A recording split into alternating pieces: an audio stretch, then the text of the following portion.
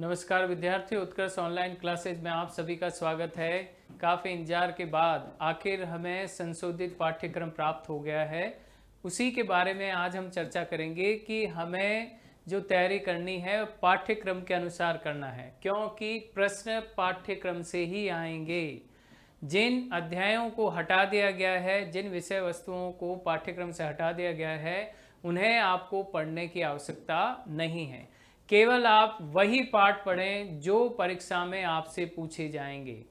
जिन अध्यायों को हटा दिया गया है उनके अंक जो आपके कोर्स में बाकी बचा है, जो भी पाठ्यक्रम रहा है उसमें संशोधित कर दिया गया है, उनमें बराबर बांट दिया गया है। तो उसी के अनुसार आपको ध्यान रखना है, उसी के अनुसार आपको तैयारी करनी है।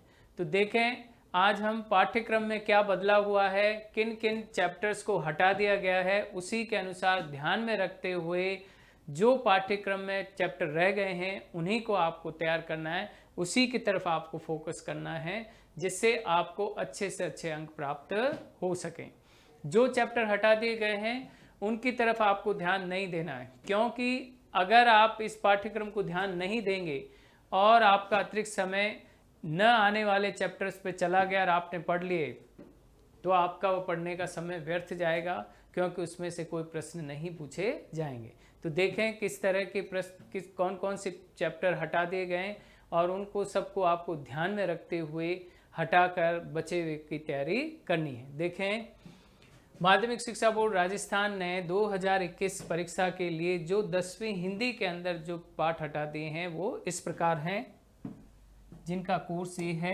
देखें, पुस्तक का नाम, सबसे पहले आपके जो टॉपिक व्याकरण में पढ़ाए जाएंगे उन विशेष टॉपिक को ध्यान में रखना है, वो कौन से हटा दिए गए हैं। खंड ए में अपठित बोध, अपठित गद्यांश और व्यवहारिक व्याकरण। आपके अपठित काव्यांश भी, अपठित गद्यांश भी है, तो अपठित गद्यांश आपके हटा दिया गया है, अतः आपको उसकी तैयारी करने की आवश्यकता नहीं है। जो आपकी बेसिक व्याकरण है, ग्रामर है हिंदी की, उनमें बहुत से टॉपिक थे और बहुत समय भी ले रहे थे। तो आपके लिए जो बोर्ड ने सरलता कर दी है और बहुत से टॉपिक व्याकरण में से हटा दिए गए, उनके अंक बाकी जो टॉपिक बचे व्याकरण में उन्हें व्यवस्थित रूप से बांट दिए गए हैं।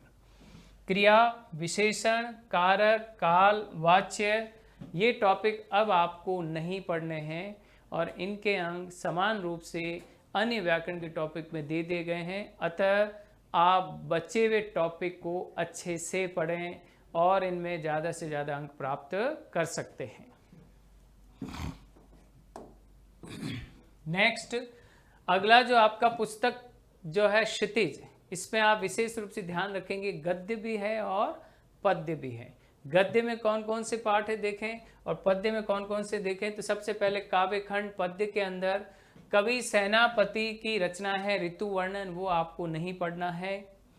देव, कवि देव जिनकी 3 कविताएं, 3 रचनाएं आपके पाठ्यक्रम में दे रखी है, उन्हें भी आपको नहीं पढ़ना है। कौन कौन सी देखें, पायनी निपुर, धार में धाय, झ हरी झीनी झीनी, ये 3 कविताएं आपको नहीं पढ़नी, इन तीनों पदों का आपको नहीं पढ़ना है। कृपाराम खिड़िया, ये प्रसिद्ध राजस्थान के कवि हैं और बहुत ही अच्छी रचनाएं लिखते हैं, लेकिन इस बार समय अभाव के कारण इनके चैप्टर को भी हटा दिया गया है। राजयारा सोरठा, इसे भी आपको नहीं पढ़ना है। ऋतुराज कन्यादान इनका चैप्टर है, इसे भी आपको पढ़ने की आवश्यकता नहीं है। तो देखें 1, 2, 3, 4, इन चारों कवियों के पद्य आपको नहीं पढ़ने, पाठ्यक्रम से आप हटा दें और जो बचे हैं उन्हें ध्यान में रखते हुए अच्छे से आपको तैयारी करनी है। जो पद्य के जितने भी आपके नंबर हैं उनको अन्य बचे हुए पद्यों में बराबर बांट दिया गया है, अतः आपके और अच्छे अंक प्राप्त हो सकते हैं, क्योंकि पाठ्यक्रम बिल्कुल सीमित कर दिया गया है। गद्य खंड, जिसमें हम कहानी, नाटक, एकांकी जो भी होता है वो हमारे पाठ्यक्रम के अनुसार दिया जाता है, हम उसे पढ़ते हैं। अब इनमें बहुत से चैप्टर हैं, लेकिन कुछ गद्य समय अभाव के कारण, कोविड-19 के कारण हटा दिए गए हैं।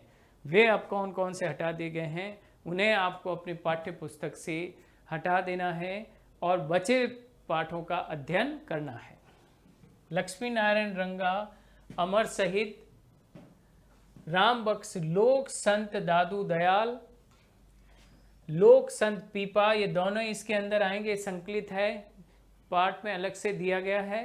लैंगिक असमानता एवं महिला उत्पीड़न, एक सोशल या सामाजिकता से आधार पर एक चैप्टर था, इसे भी आपके चैप्टर से हटा दिया गया है, पाठ्यक्रम से हटा दिया गया है। तो इन चारों पाठों के जो भी अंक हैं अन्य बचे हुए गद्य पाठों में संकलित कर दिए गए हैं, बराबर उन्हें बांट दिया गया है, उसी के अनुसार आपको तैयारी करनी है। तो इस तरह से व्याकरण के अंदर हमें अपठित गद्यांश और ये अपठित बोध था, और इसका अंक हम जो है अपठित काव्यांश में सम्मिलित कर दिया गया। व्याकरण के क्रिया है, कारक है, विशेषण है, वाच्य है, इनके भी अंक अब अन्य जो बचे हुए हैं व्याकरण के पाठ उनमें सम्मिलित कर दिए गए हैं। इन सारे चैप्टर्स को हटा दिया गया है। पद्य के जिस पर अभी हमने जानकारी ली उन्हें आप हटा दें, और गद्य में जो ये 4 पाठ है, लक्ष्मी नारायण, राम बख्श, लोक संत पीपा, लैंगिक असमानता, महिला उत्पीड़न, इनको भी आप हटा दें। जो बचा हुआ पाठ है उसे आप अच्छे से अध्ययन करें, और हम इस प्लेटफॉर्म पर आपको अच्छे से अच्छे विषय वस्तु के अंतर्गत आपको पढ़ाएंगे और पाठ्यक्रम के अनुसार तैयारी करवाएंगे, जिससे आप अच्छे से अच्छे अंक प्राप्त कर सकें। आप लगातार हमारे साथ बने रहें, कक्षा में उपस्थित रहें, ताकि आप सीख सकें कि हिंदी विषय में कितने अच्छे अंक प्राप्त कर सकते हैं, कौन कौन सी कमियां हैं जो हम कक्षा को अटेंड करके दूर करें, और अच्छे अंक प्राप्त करके यह जाने कि वास्तव में उत्कृष्ट प्लेटफॉर्म एक ऐसा प्लेटफॉर्म है जो कि हमें अच्छा शिक्षित तो करता ही है, हमारी कमियों और दोषों को भी पूरा करता है। धन्यवाद।